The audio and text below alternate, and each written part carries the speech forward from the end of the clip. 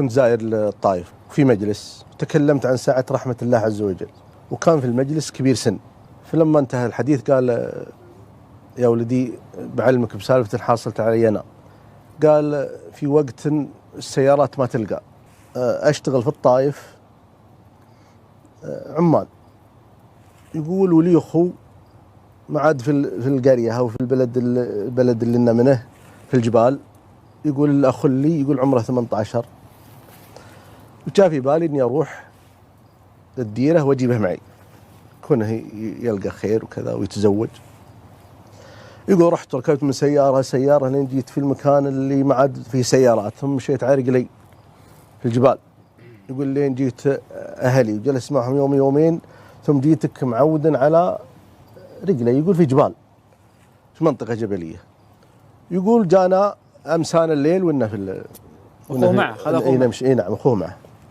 يقول يا مصبح وجيت بقومه، يقول له ذا متوفي. لا إله إلا الله. يقول وانا اشله على منكبي، يقول وامشي ما ادري وين. يقول الان ودي نغسله ونكفنه ونصلي عليه. اكون يلقى لي عرب ولا. يقول يوم وعيت، يقول ذاك البيت اللي يقول بيوت من حجر، يقول بجنبه زريبه فيها منيح عنز. يقول المقبل اول ما شافني صغار السن، يقول شوي لما طلع الرجال، يقول شافني رجال يشيل رجال ترى له امور واجد. قال وش العلم؟ قال خير، اخوي وميت موت من الله وتتربي. قال مرحبا بالحي والميت.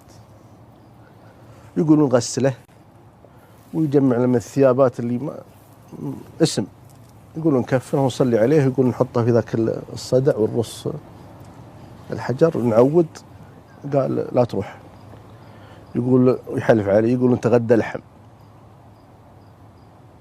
ونتعشى لحم في الليل. يقول اللحم ما يلقى. يقول في بالي لا أصبحت مشيت. يقول يوم قمت الفجر يقول شايف لي رؤيا، يقول شايف أخوي يقول في مثل الجنة في مثل النعيم.